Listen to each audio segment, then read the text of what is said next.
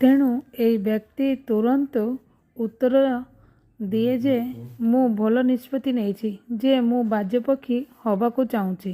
ଆକାଶରୁ ବାଣୀ ଆସିଲା, ତୁମେ ଆଜିଠାରୁ ବାଜପକ୍ଷୀ ହୋଇଗଲ। ତାହାପରଠାରୁ ଆକାଶରେ 2-3 ମିନିଟ୍ ପାଇଁ ବହୁତ ଖୁସିରେ ଉଡ଼ୁଥିଲା। ସେହିଦିନ ପୁଣି ସନ୍ଧ୍ୟା ହେଲା। ସେତେବେଳେ ସେ ଭାବିଲା ଯେ ମୋର ବି ଏକ ଘର ହେବା ଉଚିତ, ଯେଉଁଠାରେ ମୁଁ ରାତି ବିଶ୍ରାମ କରିପାରିବି। ଗଛ ଉପରେ ନିଜ ବିଶ୍ରାମ କରୁଥିଲେ।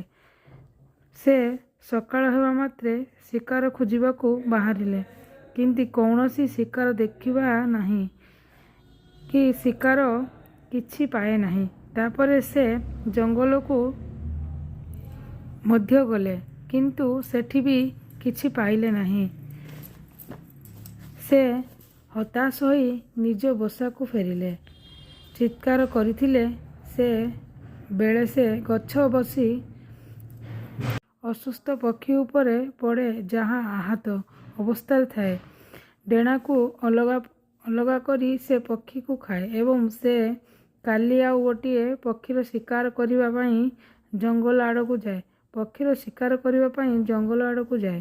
କିଛି ଶିକାର ନ ପାଇବା ପରେ ସେ କ୍ଳାନ୍ତ ହୋଇଯାଏ, ନିଜ ବାସକୁ ଚାଲିଯାଏ ଏବଂ ଦିନେ 8-10ଟି କାଉ ଏକ ଦଳ ଏହାକୁ ହଇରାଣ କରନ୍ତି, କ୍ଷତି କରିବା ଆରମ୍ଭ କରନ୍ତି। ସେମାନେ ଜାଣିବାକୁ ପାଆନ୍ତି ଯେ ଏହି ବାଜପକ୍ଷୀ କ୍ଷତ ଏବଂ କ୍ଷୁଧା ଯୋଗୁଁ ଦୁର୍ବଳ। ବାଜପକ୍ଷୀକୁ ଏଠାରୁ ମୁକ୍ତି ପାଇବା ପାଇଁ ଚେଷ୍ଟା କଲେ, କିନ୍ତୁ ସେମାନେ ତାକୁ ଛାଡ଼ନ୍ତି ନାହିଁ। କାଉମାନେ କିନ୍ତୁ ବାଜପକ୍ଷୀ ସିଧା ଆକାଶରେ ଉଡ଼ିବାକୁ ଆରମ୍ଭ କଲେ, କିନ୍ତୁ ତା ପଛରେ ପଛରେ କାଉମାନେ ତାକୁ ଅନୁସରଣ କରିଛନ୍ତି। କିନ୍ତୁ ଆଉ କାଉମାନଙ୍କ ଉଚ୍ଚତାରେ ଅମ୍ଳଜାନ ପାଇ ପାରନ୍ତିନି, କିନ୍ତୁ ବାଜପକ୍ଷୀ ମେଘ ଉପରେ ମଧ୍ୟ ଉଡ଼ିପାରେ। ବାଜପକ୍ଷୀ ଆଘାତ ଅବସ୍ଥାରେ ତଳକୁ ଆସି କିଛି ଦିନ ପରେ ଆକାଶରେ ରହି ନ ପାରି ତଳକୁ ଆସି ଗୋଟିଏ ଛାତ ଉପରେ ବସି ଭାବୁଥିଲା। ଆହତ ଅବସ୍ଥାରେ ଡାକ୍ତରଖାନାର ରୋଗୀମାନଙ୍କୁ ଦେଖି ଭାବୁଥାଏ, ଯଦି ଆଜି ମଣିଷ ହୋଇଥାନ୍ତି ନିଶ୍ଚୟ